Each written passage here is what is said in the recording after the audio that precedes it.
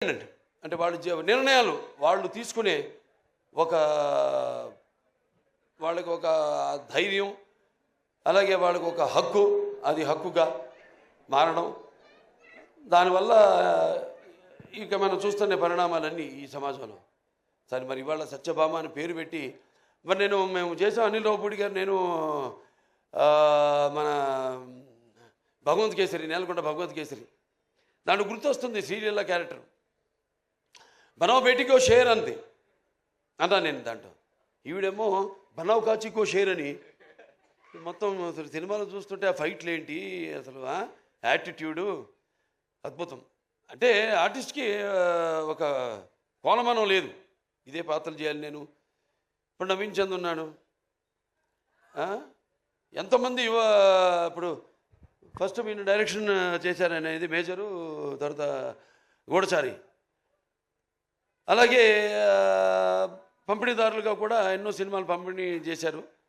కార్తికేయ 2 చేశారు, ఇంకోటి ఏంటి ధమాకా 2, ఇవన్నీ చేశారు. వాళ్ళకి ఎంతో అనుభవం ఉంది సినిమా పరిశ్రమ గురించి.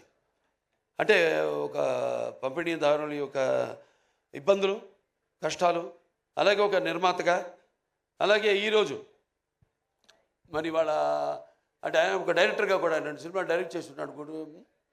సో అలా అన్ని కలబోసి ఇవాళ ఒక సంస్థగా ఏర్పడి ఔరం ఆర్ట్స్ ఈ సత్యభామ అనే సినిమాని నిర్మించడం తప్పకుండా మరి వాళ్ళకి ఇంత అనుభవం ఉంది కాబట్టి తప్పకుండా అనుభవంతో రంగరించి మన ఉగాది పచ్చడిలాగా అన్ని నవరసాలను రంగరించి ఈ సినిమా తీసే ఉంటారు. డెఫినెట్గా పిక్చరు ఈ సినిమా మంచి ఘన విజయం సాధిస్తుంది అన్న నమ్మకం నాకు ఉంది. ఎందుకంటే టీం వర్క్ అలా ఉంది.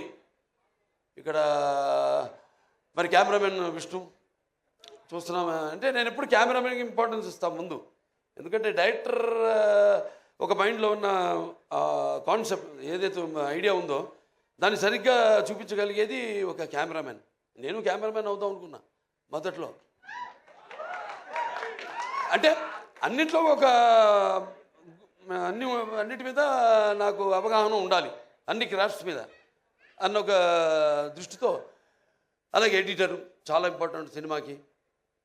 అలా ఒక్కొక్కళ్ళు అలా మరి శ్రీచరణ్ గారి సంగీతం, అప్పుడప్పుడు పాటలు కూడా పాడుతూ ఉంటా. మామా ఇక పెగ్గిలా అలాగే ఇంకా చాలా పాడాను కానీ ఉన్నాయి కొన్ని, ఇంకా వస్తే బయటకు వస్తే నెమ్మదిగా ఒక్కొక్కటి. సో ఇలా